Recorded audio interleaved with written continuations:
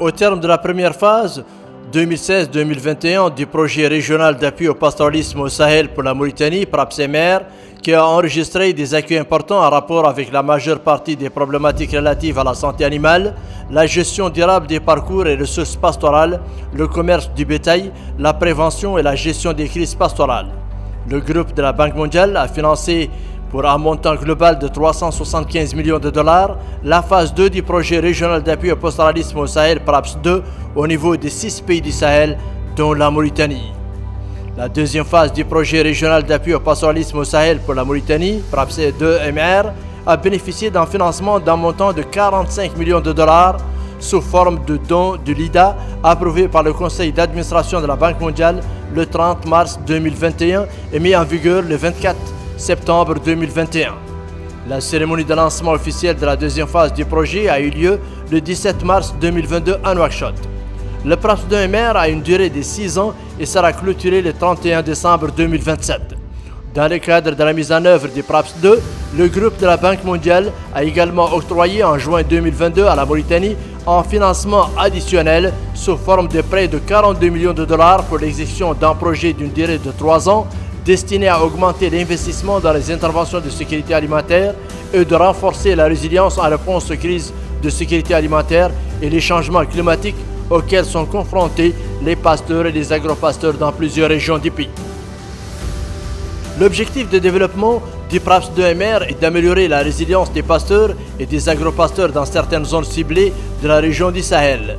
La zone d'intervention du projet couvre 7 unités éco-pastorales, les 6 unités éco-pastorales existantes dans le cadre de la phase 1 et nouvelles unités autour des axes de transhumance, Attar, Zouerat et les zones pastorales du nord du pays.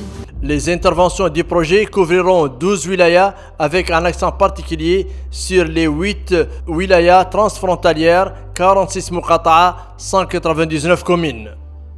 En Mauritanie, environ 1,6 million de personnes bénéficieront des retombées de la deuxième phase du projet au niveau des zones ciblées, dont 30% des femmes. Il s'agit principalement des pasteurs, les agropasteurs et leurs organisations, l'interprofession viande-bétail, les vétérinaires privés et les auxiliaires de santé animale, les services vétérinaires publics, les services et départements du ministère de l'élevage, les collectivités territoriales et locales, etc. Le projet comporte 5 composantes. Composante 1, amélioration de la santé animale et contrôle des médicaments vétérinaires. Composante 2, gestion durable des paysages et amélioration de la gouvernance. Composante 3, amélioration des chaînes de valeur du bétail. Composante 4, amélioration de l'inclusion sociale et économique, femmes et jeunes. Composante 5, coordination des projets, renforcement institutionnel et prévention et réponse aux crises. Malgré les acquis du PRAPS 1 en matière d'amélioration de la santé animale, les services vétérinaires sont encore confrontés à de nombreux défis en termes de formation, d'équipement et d'infrastructures et d'amélioration de la couverture vaccinale contre les maladies animales prioritaires, forte morbidité et mortalité liées à la PPR et PPCB. La réduction de la prévalence et l'incidence de la peste des petits ruminants à travers leur vaccination et leur marquage demeurent un élément important de l'engagement de la Mauritanie auprès des partenaires techniques et financiers à éradiquer la PPR à l'horizon 2030. Le sous-secteur du médicament est caractérisé par une vente illicite, l'existence de falsifications et le développement de l'usage anarchique des médicaments. Il est à déplorer également une absence de plan stratégique des services vétérinaires contre les maladies prioritaires. Dans le cadre du PRAPS 2, un plan stratégique des services vétérinaires est réalisé. Ce plan sera complété par un plan opérationnel échelonné par année, déclinant les axes stratégiques en activités concrètes pour les services vétérinaires. Ce projet a été vraiment vital pour le secteur de l'élevage, son appui institutionnel et son appui logistique. Donc, grâce au projet PRAPS 1, nous avons eu on a été quand même doté de véhicules de terrain au niveau de la délégation, au niveau des inspections. Donc, ce qui a facilité la tâche de ce secteur. Et d'autre part, on a eu un appui considérable aussi dans le cadre de la campagne de vaccination, car les 50% des équipes sont prises en charge par ce projet. donc avec aussi la mise en place des vaccins. Dans le cas de PRAPS 2, il est prévu aussi de construire l'inspection d'ALEC, avec aussi une réhabilitation de la délégation du BRACNA. Donc, en ce qui concerne les projections de PRAPS 2, on a eu à faire un plan d'action au niveau de cette wilaya qui est présidé par les wali de la wilaya. Et ce plan d'action a regroupé tous les hakim de Moukata, les 6 Moukata de la wilaya de Brakna étaient présents.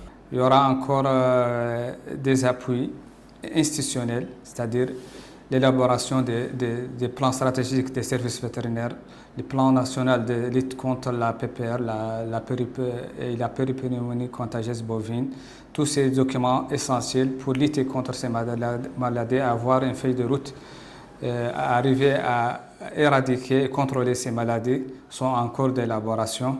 Il y a encore un plan national stratégique pour le contrôle de qualité des médicaments vétérinaires. Dans la poursuite de ce projet, dans sa deuxième phase, on continue les mêmes programmes. Il y a un grand programme de construction, de postes et de réhabilitation. Il y a 20 postes à réhabiliter et presque vers les 10 postes à construire. Il y a un programme de construction des parcs de 100 unités de parcs de vaccination encore. Et il y aura encore la formation de 20 nouveaux docteurs vétérinaires. Dans le cadre du PRAPS 1, d'importants acquis ont été obtenus au niveau de la composante 2.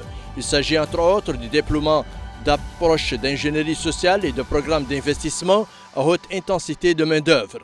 Dans l'implantation des infrastructures, la vulgarisation des textes législatifs et réglementaires sur la gestion des ressources naturelles, la restauration des parcours dégradés, travaux de conservation des eaux et des sols, défense et restauration des sols.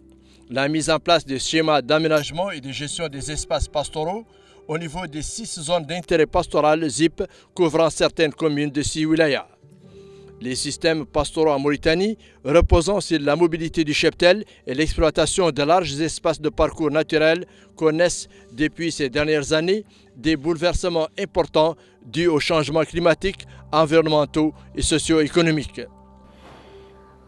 Au cours de la première phase du PRAPS, on a réalisé pas mal de choses dans ces 3 sous-composantes pour l'accès aux ressources naturelles et gestion des parcours et paysages pastoral. Le projet a initié et a accompagné la mise en place de cette zone gérée par des chartes pastorales dans les différentes zones d'intervention du projet.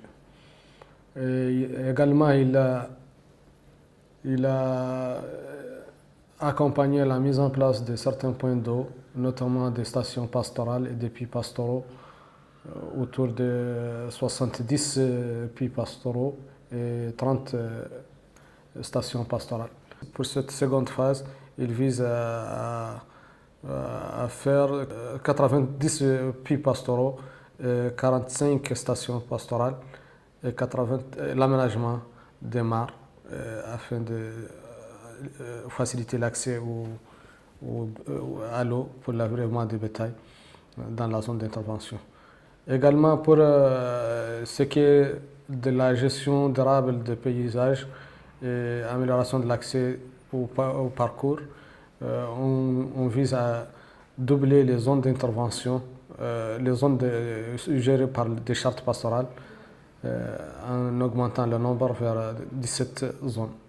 Dans le cadre de sa phase 1, le PRAPS Mauritanie a construit une dizaine de marchés à bétail dans plusieurs localités et wilayas d'intervention. Ces marchés offrent aujourd'hui un cadre sécurisé d'organisation des transactions où la présence de nombreux commerçants et acheteurs accroît le pouvoir de négociation des éleveurs pour des meilleurs prix.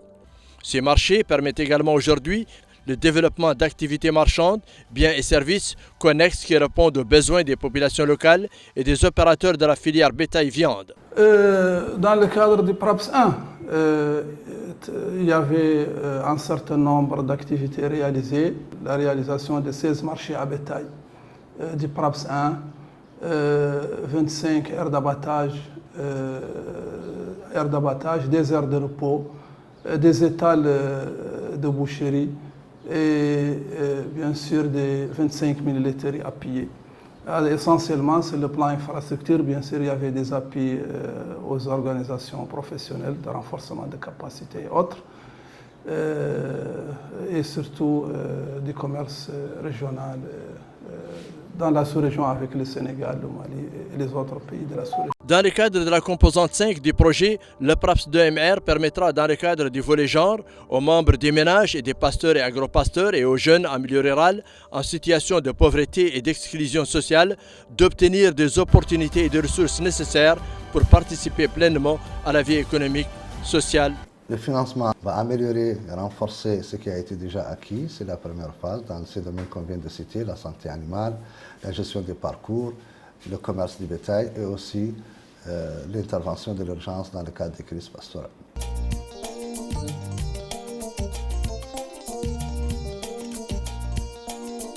Pour ce qui concerne le financement des AGR, nous avons également financé 286 micro-projets AGR au profit de 15 750 femmes, un milieu rural bien sûr.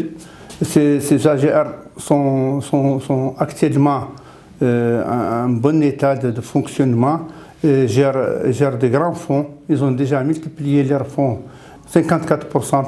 Donc on espère également dans le PRAPS-D financer 1000 personnes, ça veut dire environ 1000 personnes des jeunes et 1000 personnes également des femmes. Ça veut dire que on espère mettre sur pied 500 AGR.